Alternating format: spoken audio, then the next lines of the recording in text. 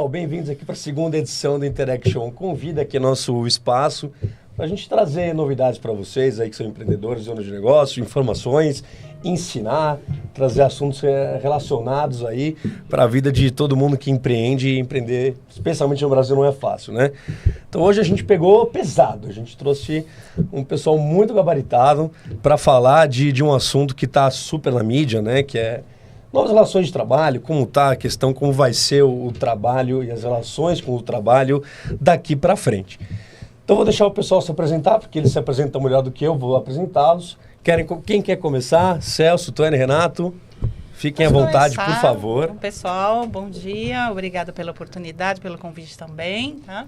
Eu, então, sou a Tânia Andreff, e eu sou diretora executiva da Off International e sou psicóloga de formação e desenvolvi a minha carreira, a minha jornada em recursos humanos, né? Comecei ali como uma estagiária e cheguei a uma diretora sênior para uma empresa no Vale do Silício, responsável pela região de Latinoamérica. Não é? Então, isso é um resumo sobre a minha apresentação. Bom dia a todos, prazer estar com você, Tânia, Renato, Bruno. Meu nome é Celso, eu sou advogado, também tenho formação em economia e mestrado em educação, sou professor do Grupo Focus e principalmente eu advogo, sou sócio do escritório CLJ Advogados e só quase há 30 anos a gente trabalha aí com o mundo das relações trabalhistas. Um prazer estar aqui. Bom, prazer, obrigado, Bruno. Queria agradecer inicialmente a Interaction, né, pelo convite, cumprimentar os meus parceiros de mesa, Celso, a Tânia, né, agradecer imensamente a oportunidade, né, dizer que meu nome é Renato, eu sou auditor fiscal do trabalho, há 30 anos da Superintendência do Trabalho aqui em São Paulo. Venho atuando na área de violência, assédio, discriminação no ambiente de trabalho, né? Minha formação é toda jurídica, mestrado e doutorado em Direito e espero ter uma boa jornada aqui de debates junto aos colegas. Tem duas pessoas do bem e tem dois advogados aqui, né? Bom, gente, obrigado por estarem aqui, para a gente é muito importante, é muito importante a gente ter gente do gabarito de vocês, a gente faz questão de ter gente incrível conosco, então muito obrigado por estarem aqui. E acho que o que seria de relevante para quem está assistindo, né, para quem vai se informar, é realmente coisa que a gente pode levar para casa, né? Hoje em dia tem muito conteúdo massificado, muita gente falando as mesmas coisas, então por isso é legal a gente conseguir trazer uma visão diferente, né? E por isso vocês aqui. A gente queria tratar um pouco justamente disso, né? Como vai ser o trabalho daqui para frente. Como está sendo hoje, as dificuldades que as pessoas enfrentam hoje, muito também visando o empresário, né? Interaction é uma empresa para empresários. E como vocês estão enxergando essa questão do panorama das relações de trabalho, empresário, trabalhador, seus parceiros, para o dia de hoje, assim, especialmente no Brasil, né? Como que vocês estão enxergando, o que mudou, o que está mudando, o que está preocupando mais vocês no hoje em dia? Tudo. Praticamente tudo, né? Falando no trabalho, não podia deixar de falar, mas o Renato e a Tânia podem complementar, que a gente está no... Muitos dizem que é uma mudança de paradigma, né? Uhum. Mas hoje, pelo menos a minha visão que eu vejo e do empresário, até do empregado, é que está um mundo de incerteza, somente nessa questão da terceirização, pejotização, o emprego, que hoje o Supremo Tribunal Federal, né, está se discutindo um tema, parece que vai nesse segundo semestre colocar em votação, sobre o que se pode considerar pejotização, o que se pode considerar emprego, o que se considera terceirização. Então, está um panorama muito elastecido, de muito conflito. E aí, o que acaba o empresário e nós, como advogados, até para orientar? Fica um panorama bem difícil, né? Porque o empresário, ele lê as notícias e fala, não, agora a pejotização está liberada, então eu só vou ter MEI na minha empresa. E a gente sabe que não é bem assim, né? Não sei se os colegas têm Sim, eu acho que há muitos desafios se a gente for pensar, né, o momento atual e como é que a gente vai construir a ponte para o futuro, né? Como é que estamos hoje, né, querendo dizer que os empresários, de uma maneira geral, né, eles desejam, digamos assim, serem empresas, né, assim, que vão ter os seus resultados, os seus lucros, oferecer o melhor possível, né? E por outro lado, né, o empregado, de uma maneira geral, ele está muito infeliz, né, insatisfeitos, né? Por vezes a gente observa um descolamento, né, uma falta de engajamento e até de credibilidade em relação às relações de trabalho, né? E aí a gente entra na questão da pejotização, sim, que embora a gente veja empresas que efetivamente têm usado esse recurso, mas ele tem risco, conforme o Dr. Celso falou aqui, né? Então tem riscos aí, né? Se você de repente está ali contratando metade da sua população ali da empresa, os seus funcionários, e de repente, né, você está recebendo uma nota fiscal que é sempre na sequência, né? Se você tem aquela pessoa que tem uma subordinação, está recebendo, né, tem controle de hora, ou subordinação, isso tudo é risco trabalhista e que provavelmente a gente vai discutir um pouquinho mais aqui. Por outro lado, se a gente pegar, por exemplo, digamos assim, a felicidade, né, e a satisfação das pessoas está muito comprometida. Está em queda, né? Por quê? Porque, primeiro, que as organizações, de uma maneira geral, né, elas têm digamos assim, um gap, né, assim, entre aquilo que está sendo dito, aquilo que está, eventualmente, considerado como propósito, como visão, como valores, e aquilo que, efetivamente, as pessoas veem na prática. E, especialmente os jovens, talvez aí entraremos mais adiante na geração Z, eles perderam a credibilidade, porque todo mundo quer ser o quê? Próspero, estão pensando em prosperidade e não veem mais, se forem CLT, né, não veem mais a prosperidade enquanto CLT, né, e seguem então para um lado da pejotização, de ser um microempresário, etc., não é? Porém, também, assim, com uma precarização do trabalho, né? Então, aí eu gostaria de ver o que o Renato pensa a respeito, né? Eu gosto sempre de adotar uma visão histórica, né? Para compreender fazer o fenômeno, contexto, né? Um pouco, ampliar a lente. Né? Para ampliar a lente. A gente está num momento muito específico, mas esse momento teve, né, outros momentos que o predecessor que vieram antes. Né? Você tem esse fenômeno de regulação, de proteção, né? Como os colegas trouxeram, do trabalho, basicamente a partir da Revolução Industrial, né? Isso é século XVIII. Aí começa a ideia, né, de você efetivamente romper com o passado servil, né, de servidões diversas em que o trabalhador não era nem remunerado, né? Para, enfim, partir aí para o trabalho assalariado. Esse foi o grande salto da Revolução Francesa / Revolução Industrial, né, como todos nós sabemos. Mas a Revolução Industrial ela trouxe algumas invenções e métodos de trabalho que realmente foram revolucionários, por isso chamam revolução, né? Quer dizer, então você tem realmente um salto de qualidade, de produtividade imenso a partir de meia dúzia de inventos, né? Tear mecânico,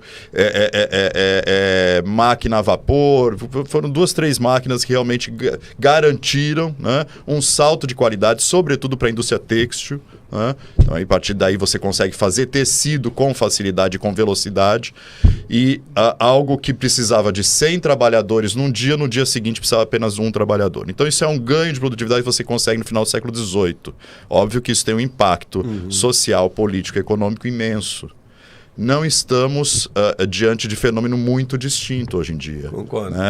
Temos um fenômeno muito similar do ponto de vista da capacidade de impacto econômico, financeiro e político. Da IA, não sei se é isso. Falando de tecnologias de informação em geral. Satélite, celular, inteligência artificial, computadores diversos, mísseis e coisas do gênero. Tá? Então, tudo isso, você, de novo, amplia a produtividade e reduz a necessidade de mão de obra. Óbvio que isso causa um impacto enorme. Né? O primeiro impacto é bastante óbvio, né? O impacto da empregabilidade. né, da capacidade de geração de emprego suficiente para você ter determinada população na sociedade ocupada, né, e ocupada de forma existencialmente interessante. E aí, esse existencialmente interessante é o plus que traz o maior desafio.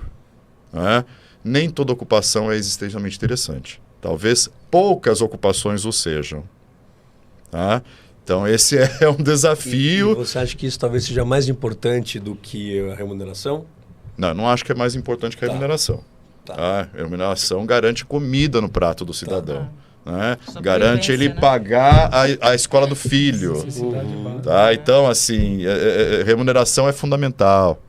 Né? Mas, além disso, satisfação pessoal também é. Sim. E a Tânia trouxe isso com o desafio. Né? Ela trouxe isso com o desafio da CLT.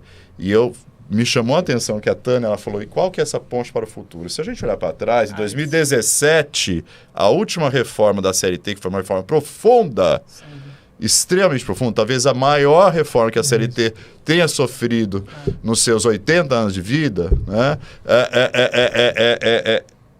O mote era a ponte para o futuro. Você lembra disso, Tânia? Esse era o mote que o presidente, então, né, Michel Temer, utilizou para estimular a reforma, para garantir apoio político a ela, ponte para o futuro. Estamos no futuro. O futuro é que o trabalho ficou mais precário, com a reforma de 2017. Tá? E isso afasta o trabalhador da CLT. Para que ele quer uma CLT precária? Celso trouxe bem aqui. Talvez vale a pena a gente rapidamente entrar no que deixa ela precária, ou talvez o que deixou ela mais precária em relação a pré-2017. Talvez valha a pena a gente levantar. Podemos. Isso. É porque, como bem disse o Renato, a ideia dessa reforma de Michel Temer e tal, para muitos feita meio atabalhoada, na correria, sem muita discussão, sem envolver muito o Congresso, as pessoas que pensam as relações de trabalho, ele teve esse mote de ponte para o futuro, de o negociado sobre o legislado e tudo mais, e num primeiro momento jogaram luzes sobre assim, as reclamações trabalhistas diminuíram bruscamente e tal. Por quê? Por que diminuíram? Né? Foi porque tentaram, de certa forma, impedir ou dificultar o acesso à justiça, com o pagamento de custa, de honorário de sucumbência para o trabalhador. Isso tudo ficou represado um tempo até diversas ações subirem para o Tribunal Superior do Trabalho, até para o STF, e julgarem a questão de que o trabalhador tem acesso à justiça gratuita, a questão isso impede o pagamento de custos, e voltou a mesma ou pior, a litigância que já existia. Porque eu como consultor de empresa, eu tenho essa vivência, né? Então, o processo trabalhista é da vida de qualquer empresa. E eu tenho percebido que aquela sensação que, olha, qualquer trabalhador, quando for desligado, ele vai fatalmente entrar na justiça e não interessa que tipo de reclamação ele tenha, tendo validade ou não, ele vai arrancar alguma coisinha do empresário. Eu tenho sentido que isso não é mais tão verdade. Não sei se... Não é, e assim, há muitos anos atrás, a Tânia e o Renato podem complementar. Lá no escritório a gente estava assessorando uma empresa americana que veio para o Brasil, né? Estava iniciando suas operações, aí depois de um tempo começaram os processos trabalhistas a acontecer, né?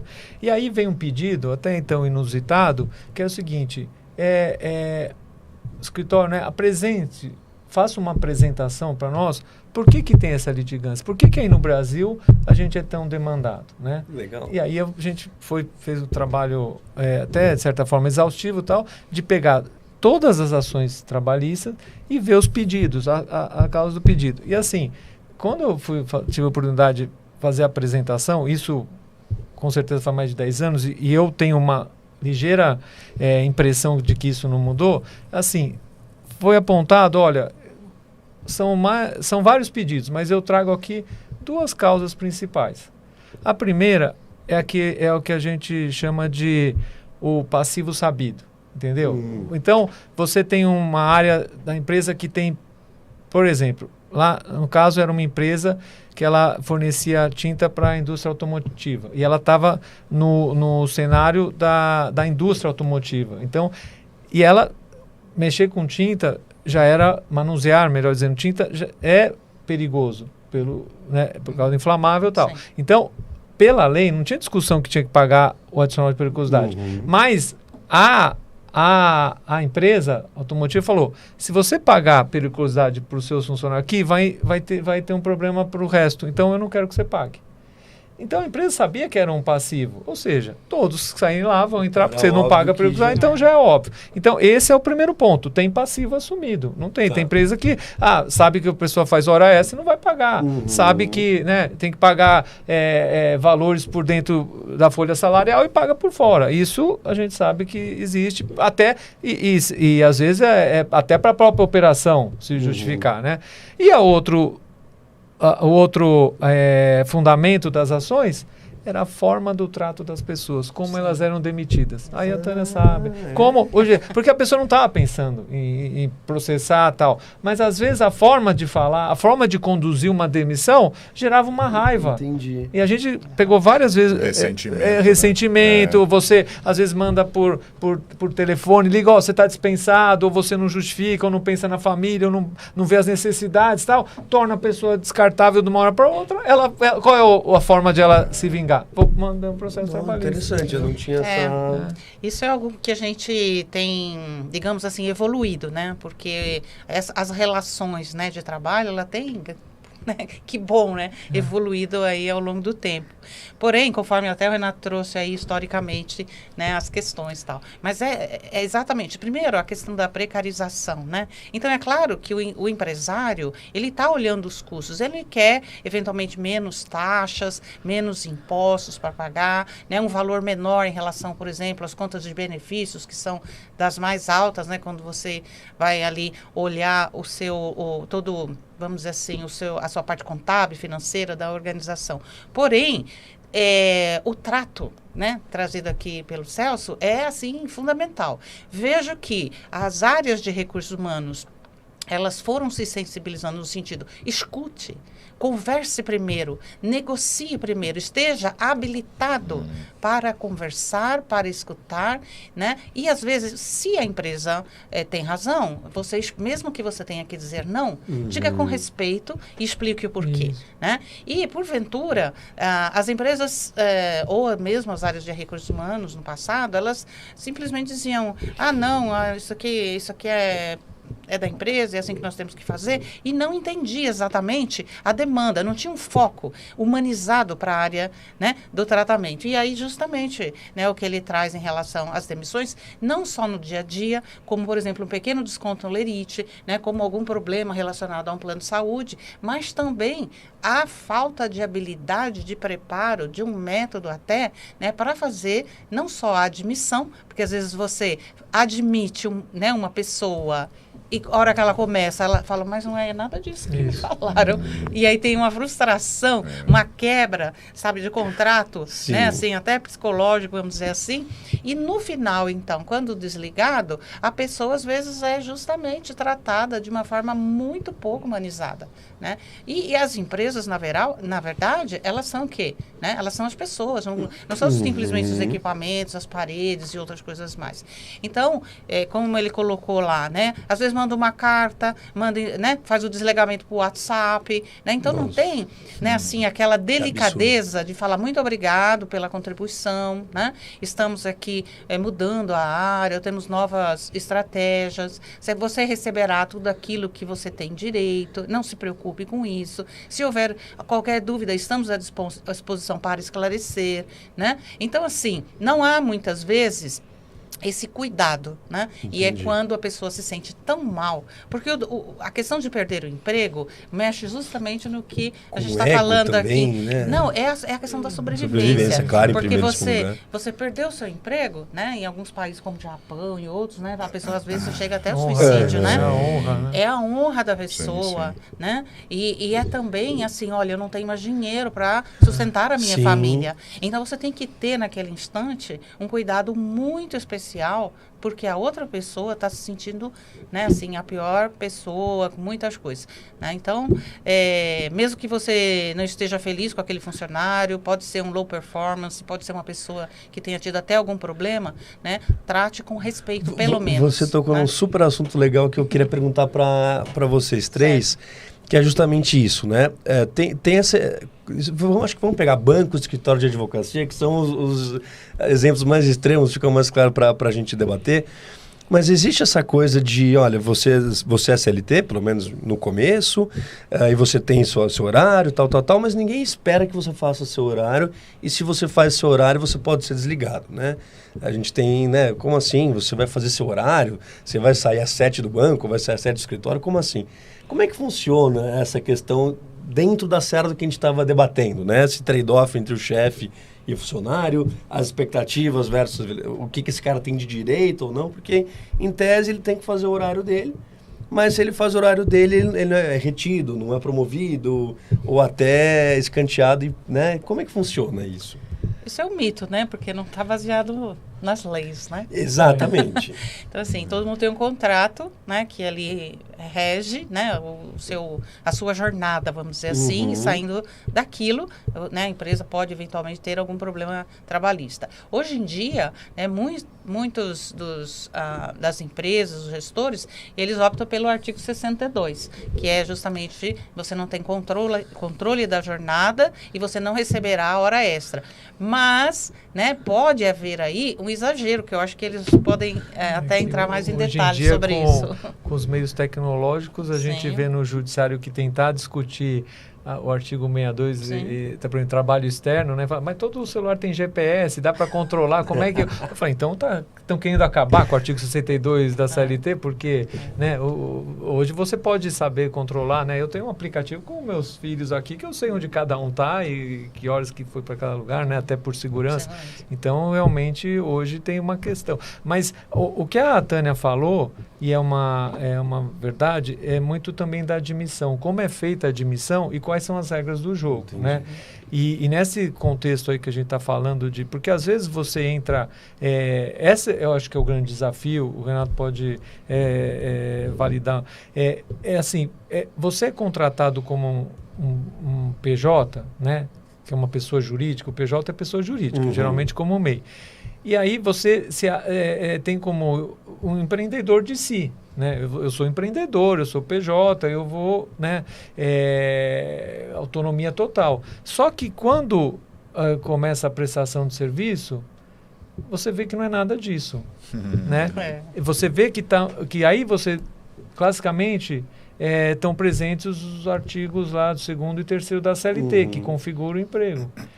E aí gera aquela discussão maluca, não sei se é o termo apropriado, mas eu vejo como maluca, que é assim, mas ele assinou um contrato de MEI, de PJ, abriu a MEI, assinou um contrato de prestação de serviço de pessoa jurídica e agora está dizendo que é empregado e tal. Mas a legislação trabalhista, o juiz do trabalho, todo mundo em volta, sempre soube que assim, a primazia da realidade dos fatos. Vamos ver o que está acontecendo para daí ver se encaixa a lei ou não. Agora, discussão que se quer ter assim, não, assinou um contrato que é o mundo do negociado, né? Sim. Eu assinei, eu tenho... Só que tem que pontuar que como a história aí, o ponto histórico lá que o Renato estava contando, né?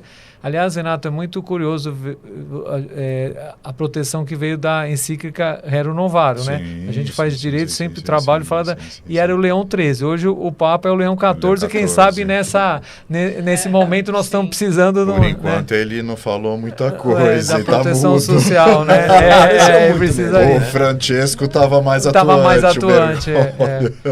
Porque, e para concluir, assim, pelo menos os ouvintes deixar claro, assim, pelo menos hoje, amanhã, você pode até apagar o podcast e falar assim, eu falei tudo mudou, tal, porque hoje acontece muito, né? Felizmente, e aí é importante a sociedade pôr o dedo na ferida, porque compete ao judiciário uma coisa que às vezes o Congresso não faz. Muitas vezes o Congresso não faz e fica no colo do Executivo e fica no colo do Judiciário. E o Congresso discutindo coisas menos relevantes para a sociedade que caberia a ele fazer. Nós elegemos o Congresso para resolver. Até hoje, a gente está falando aqui de economia gig, né, a globalização e tal. Tem lei para isso? Veio a lei? Não tem. Então, aí vem a CLT, fica lá a CLT, que é Getúlio Vargas, teve a grande, como bem lembrou o Renato, de 2017, mas são relações que vão mudando, né? Sim, a ponte para o futuro. É a ponte para o futuro.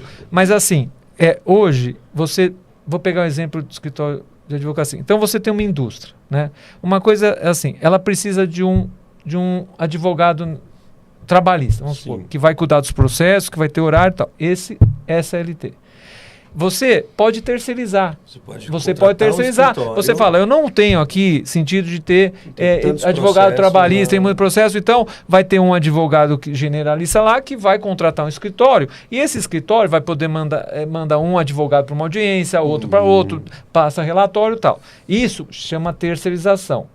A pejotização, você pode até ter um advogado autônomo que vai um dia sim, outro dia não, pode ter outros clientes. Ele pode. Agora, ele pode dar nota, como a Tânia falou, para vários clientes, ele não tem horário, ele não tem. É a prestação de serviço e não a subordinação. E aí que fica a bagunça quando essa linha tênue que divide cada uma dessas figuras acaba prejudicando. Não sei se vocês sentem isso, mas acho que até as regras do jogo ficam minimamente claras. Mas a corda para o lado do prestador fica mais frágil. É difícil para ele impor, olha, a partir daqui não dá. E coisas simples como ter os mesmos horários, né? Então você entra às 8, você entra todo dia às 8. Ou se você sente liberdade de começar a me mandar mensagem 7 da noite, as coisas vão perdendo, vão ficando mais turvas, né? Então a corda para o lado do prestador não é mais fácil de romper, ele fica com menos força para poder colocar os limites. E esse vínculo empregatício vai começando a se Posso acrescentar uma questão que eu acho que passou um pouco batida, a questão da saúde mental também. Tá? Que a gente está falando de questões lógico-formais, contratuais, imaginando que isso não tem a menor implicação na psique do trabalhador, mas tem. Tá? Variabilidade contratual é um forte fator de risco psicossocial no trabalho. Tá? Então, incapacidade que o trabalhador venha a ter de ter um mínimo de controle e previsão do futuro da vida dele é fator de risco psicossocial. Não é à toa que o direito do trabalho antigo, vamos dizer assim já, né? Ele previa a presunção da estabilidade no posto de trabalho. Tá? Estabilidade no posto de trabalho é a primeira grande regra que se quebra quando se busca um movimento flexibilizador das leis trabalhistas brasileiras. Acabou lá em 1967, quando aparece o Fundo de Garantia. Essa é a primeira norma que flexibiliza a CLT. Né? Acaba com a estabilidade e garante acesso ao Fundo de Garantia. Foi o trade-off, foi a troca, né? Que se faz lá em 67, isso se dissemina em 88, então é um movimento, de novo a perspectiva histórica, né? De você ver como que vai se elastecendo. No entanto, a gente tem uma proliferação também, né, de afastamentos hoje por problemas relacionados à saúde mental, de trabalhador e de PJ. Mais de PJ do que de trabalhador, inclusive. Tá? Então, veja, né? Porque ele também faz jus a afastamento, pois ele ingressa no INSS, né? Mesmo como autônomo. Então, veja, isso é desafiador. Um grande fator relacionado a isso é essa variabilidade contratual hoje à disposição do empregador. Né? Ele não queria mais flexibilidade, ele teve mais flexibilidade. No arco histórico ele conquistou isso. Ficou mais... Contrapartida, a sociedade ficou mais pesada. O custo social está maior. Né? Então, assim, não tem troca simples, né? É tudo muito complexo. E os fatores de riscos psicossociais estão cada vez mais sendo compreendidos e estudados. Né? E a compreensão deles é fundamental para a gente entender qual que é o futuro, qual que é essa ponte para o futuro que eu quero. Porque a ponte do futuro de 2017 me trouxe esse cenário confuso. Entendi. Tá? Não reduziu a conflituosidade, o Celso trouxe bem, eu chamo isso de conflituosidade retida, Isso. contida, retida, ela ficou escondida num canto, ela está voltando agora. Isso. E se ela não voltar para o judiciário, ela vai voltar para a rua. Vai virar pancadaria. Porque é assim que a sociedade funciona. A pessoa está por aqui, né? Ela vai jogar para algum lado. É para isso que serve o judiciário, para conter conflito, reduzir conflito e ampliar sentido de coesão social, né? Que a gente já não tem muito. Aqui em São Paulo é desafiador. Eu olho para o cidadão na rua, quase que as pessoas estão se mordendo, né? Sim. Diria até, sabe, Bruno, que, assim, perfeito, né, trazer essa informação sobre a NR1, né, que ela já era uma lei, ali, se não me engano, dos anos 90. Sim, né? sim, antiga, E aí depois, né, ela foi trazida, né, assim, colocada mais, digamos assim, para realmente acontecer, né?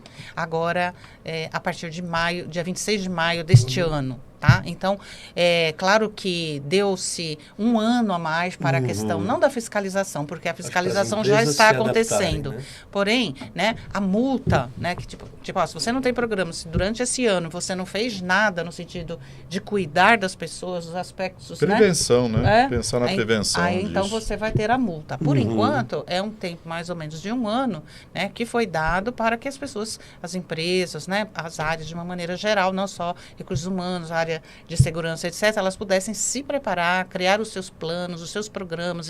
Então, é importante que as pessoas estejam atentas a isso, não é? Agora, o ano, especialmente depois da pandemia, não é? Nós já tínhamos problemas relacionados à questão, né, digamos assim, das emoções relacionadas à questão do trabalho. E após a pandemia, nós tivemos ainda mais, né, problemas críticos em relação a isso, não só em relação ao trabalho, tem pessoas que perderam, né, pessoas, familiares, amigos, etc. Outras pessoas se sentem muito mal quando tem que ficar remoto. Para muitos, né, é o melhor porque não teve impacto, nem no remoto, nem presencial, do ponto de vista da produtividade. Isso foi feito, estudos aí, não é? E foi comprovado. Não há um problema relacionado, que era uma crença anterior. Mas vai todo mundo remoto, ninguém vai trabalhar, vai ficar em casa. Isso foi desmistificado. Acho que até em muitos casos trabalha-se mais, né? Mas, você veja, né? Cresceu ainda mais de 2023 para 2024. O ano passado foi cerca de $1 trilhão gasto, né, do ponto de vista de saúde mental, relacionado aos tratamentos e afastamentos ao redor do mundo. Né? E essa questão, ainda aqui para a América Latina, em especial aqui falando do Brasil, é muito importante, né? Porque as pessoas, elas não estão se sentindo, né, assim, muitas delas, né, assim, digamos assim, estabilizadas, centradas para poder talvez fazer o seu trabalho. Agora, o que piora isso, né, é que a gente teve uma juniorização, acho que vocês, colegas, vão concordar, né? Então você acaba, para reter as pessoas, você traz as pessoas jovens que saíram como expert das suas faculdades, vamos dizer assim. A geração Z. Né? Chegando a construir, né, falando, eu estou começando aqui a minha carreira, etc., bacana, são especialistas, como todos nós, não é verdade? E vamos aprendendo aí ao longo da vida. Porém, essas pessoas, elas não têm o preparo para serem líderes.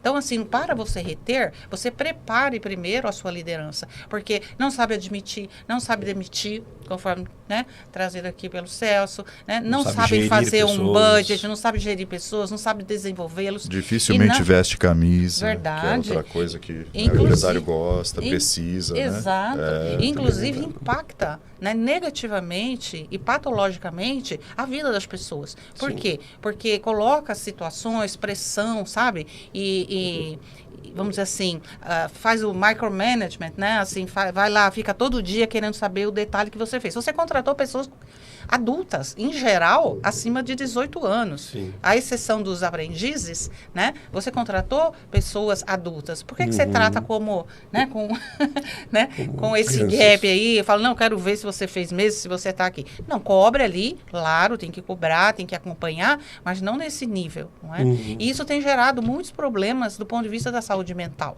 né? Então, tem a ansiedade, né? Tem a questão da depressão, tem a, São as a doenças do questão nosso do século, burnout, e outras coisas que são, né, até, digamos assim, a caminho até para os crônicos, vamos dizer assim, né? E por que vocês, na visão... Vou pedir que vocês expliquem também o que é essa tal da economia gig, né? Que está todo mundo falando.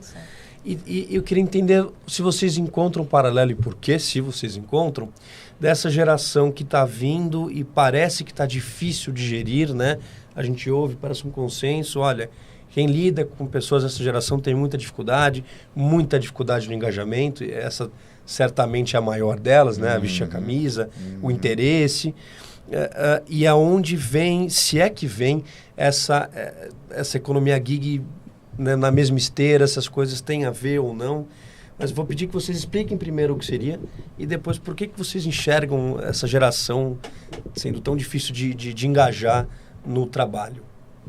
Na minha visão, gig, pela tradução, é bico. Sim, né? perfeito. É a economia do bico. GIG, né? GIG. Em inglês gig. Perdão, Celso. Gig quer dizer isso, né? Sim. Pro americano, pro inglês, what is a gig? Perfeito. Gig é isso, é um bico que o cara vai fazer. Então, uma economia que você já define a partir de algo precário, me parece que tende a ser algo potencialmente ainda mais macro precário. Isso é desafiador. E de curta duração, né? Se vai ser um bico... Pois é, como eu falei, né? Se você tinha uma perspectiva do início da regulação trabalhista, está conectado com a indústria, né? E aí você conectava relações de longa duração, né? Você previa relações de longa duração e a partir disso você criou a presunção da estabilidade no posto de trabalho. A gig é o oposto disso.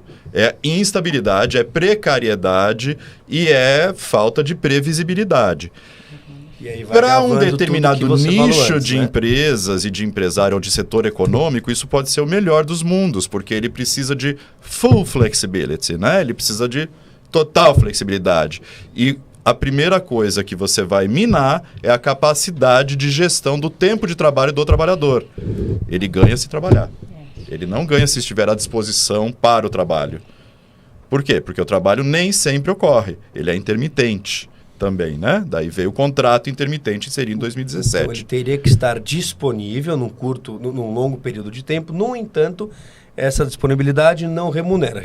O que eu estou falando é que a regulação se adaptou à necessidade do setor econômico, tá? Mas não se adaptou à necessidade fisiológica do trabalhador. E ele está pirando com isso. Em resumo, é isso que está acontecendo.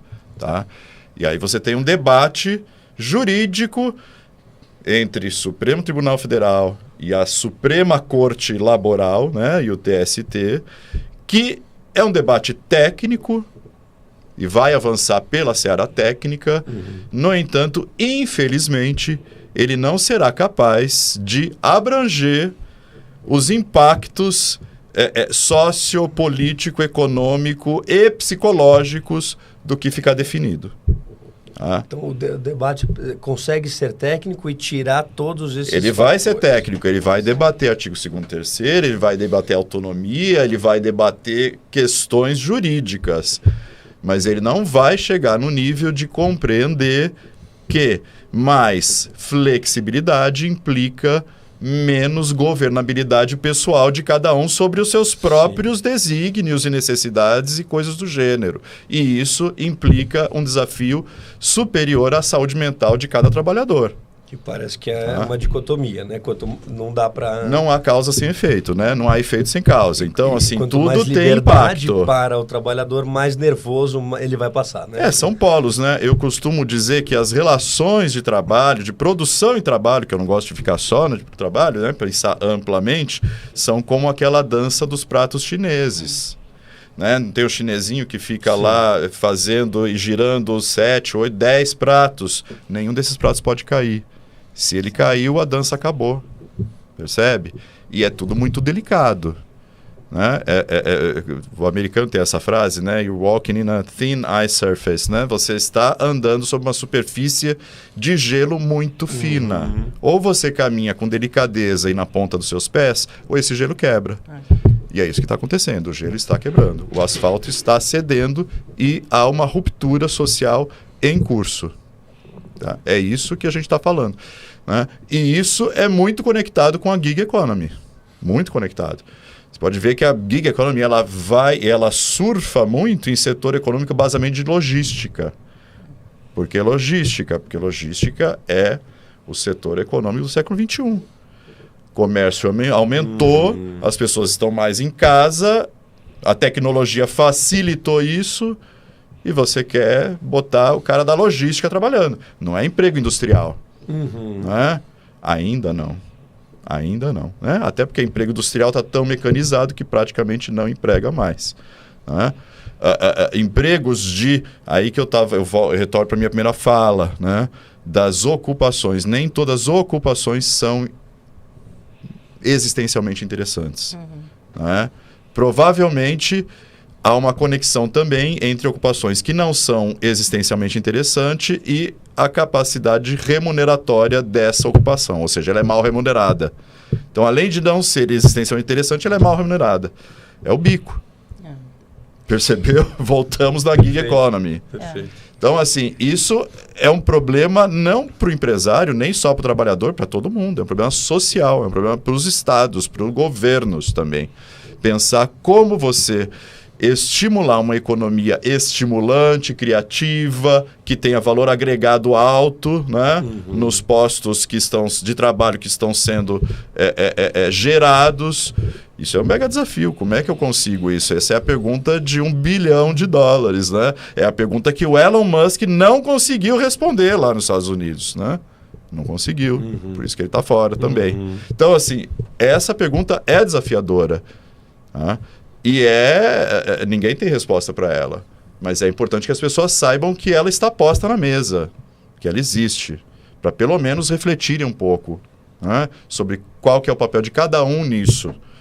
Porque a gente não está sozinho, a sociedade é uma somatória. Né? Ou a gente apreende isso e parte a conviver com as nossas diferenças de forma equilibrada, né? Ou a gente vai continuar queimando dinheiro.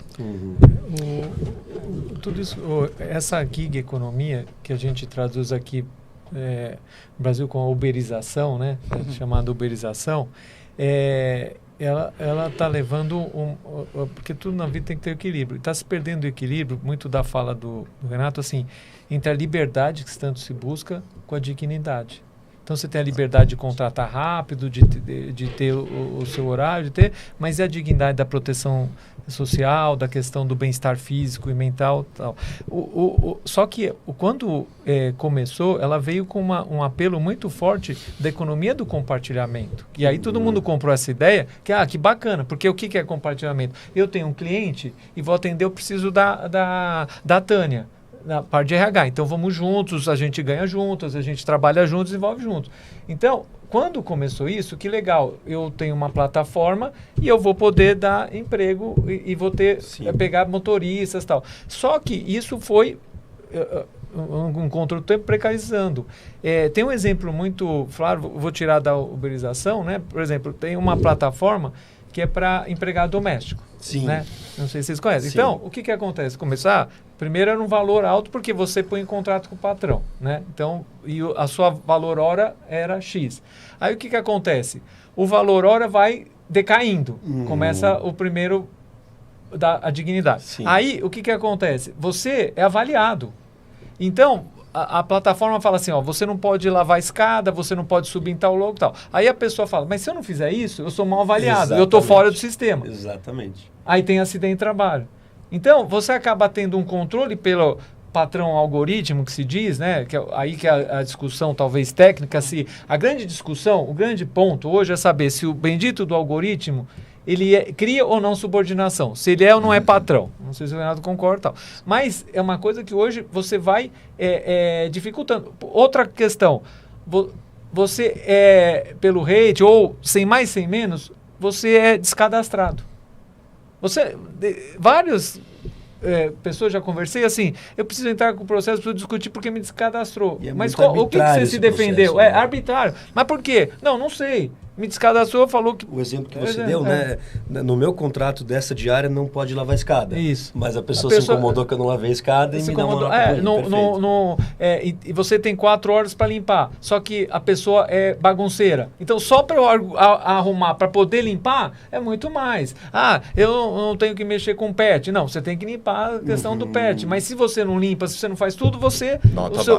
O rio é baixo, tudo é nota baixa. Você é avaliado pela nota. Não é isso? A solução tecnológica, né? E a gente entrando talvez nesse aspecto, né?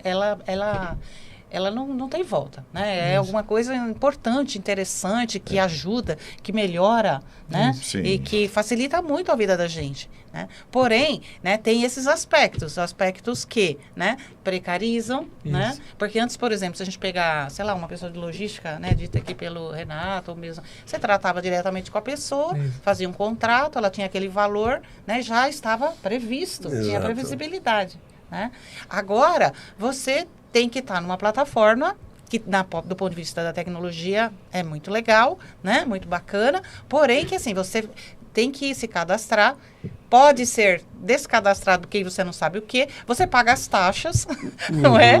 Então, aquilo que alguém iria te pedir, olha, você pode me levar, né? Você pode levar esse produto aqui para mim, ou você pode fazer esse serviço lá em casa, né? Ou qualquer outro tipo de serviço, né? Que você tratava ali com aquela pessoa mais próxima, não é? Ali, às vezes, na sua cidade, no seu bairro, passou a ser através da tecnologia, né? Então, tem o seu benefício, mas tem toda essa precarização, porque você vai ganhar menos, conforme o Celso falou, né? E você vai ter ainda outros custos, né? Você às vezes vai precisar, por exemplo, alugar um carro, né? Você vai precisar, às vezes, comprar os produtos, ou então o escopo do seu trabalho é só lavar a escada, mas não lavou, não limpou a área do pet, você vai ser mal avaliado, né? Então, quer dizer, precisa se tratar. Como é que vai ser, né, tratado essas questões para que seja interessante para a plataforma e tal, mas que também tenha a dignidade do trabalho envolvido nessas questões, do ponto de vista assim, né, vai pagar um valor, né, que seja razoável e que essa pessoa,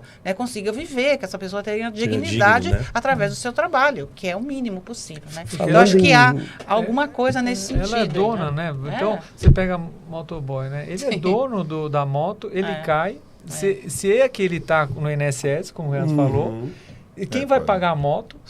Ou quem bateu tem seguro? Porque aqui em São Paulo diz que é um acidente por 1 minuto, né? Tem um motoboy, não é? Do jeito que as coisas são. A estatística são 2 fatais por dia. 2 fatais por dia. Então, olha o absurdo. Como é que... Né? Eu queria... Infelizmente, a gente está chegando no final da hora. É papo bom e papo com gente boa. Passou muito rápido, mas não vai ser o último. Mas eu queria trazer um assunto polêmico aqui, tá? Vamos lá. Outro. Mais polêmico, tá?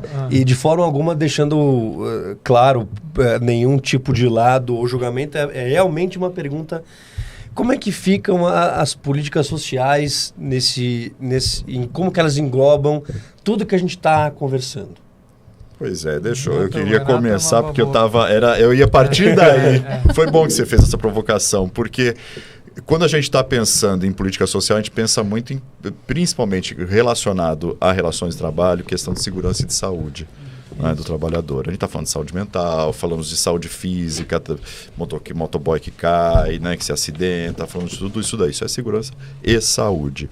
Basicamente, hoje, o quinhão de aceitação do setor produtivo em relação à política social para a gig economy deixa muito ainda a desejar, porque ela trata ainda a questão apenas sob a ótica da proteção social. Ele fala, olha, aí tanto faz com o contrato, ele pode ser autônomo, tem proteção ali, ele contribui com o autônomo, está protegido. Não está, porque a ótica hoje de segurança e saúde, aí sim a ponte para o futuro, né, da segurança das demais políticas sociais, é a prevenção do problema e não a proteção ao problema. Ou seja, é um passo antes ainda. Eu não quero que o problema aconteça. Eu não quero que o acidente aconteça. Eu não quero que o adoecimento ocorra. Eu não quero que a pessoa tenha o burnout, o ataque de ansiedade, a depressão. Você percebe? Então não adianta eu ter ela protegida pelo INSS, porque isso é custo. E isso aumenta custo Brasil, inclusive. Sim. Né? Todo mundo vai ter que pagar, né, com isso, inclusive o empresário, que ele acha que ele está ganhando no primeiro momento. Né? Mas ele ganha agora para talvez a sociedade não está saudável. Então, é esse o meu principal ponto com relação à gig economy e a questão do debate sobre proteção social. É importante inserir prevenção nisso.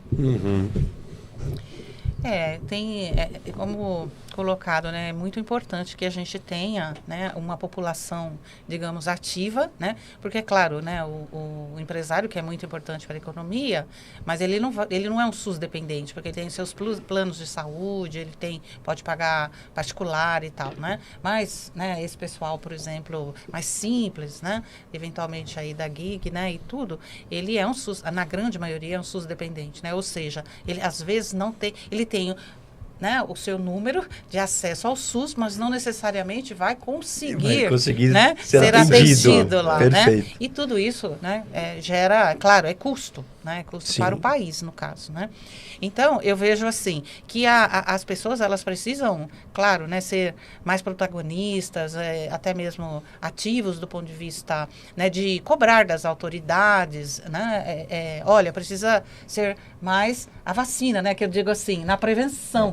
Não queremos que isso aconteça, não queremos que esse efeito, porventura, né, venha prejudicar a sua vida, né, ou até, né, assim, você, né, vai morrer, ou você vai ficar, né, assim, com um acidente muito sério, e vai precisar até de um tempo maior para tratamento, vai ter impacto na sua família, etc. Né? Então, precisa sim, né, cobrar mais, porque não falta, digamos assim, o conhecimento, né, as possibilidades, os métodos para dizer, olha, as políticas públicas, elas podem, digamos assim, ser mais preventivas. Né? O que falta, talvez, é uma boa vontade, né, uma pressão aí, né, para que as coisas aconteçam de uma maneira mais adequada. Né?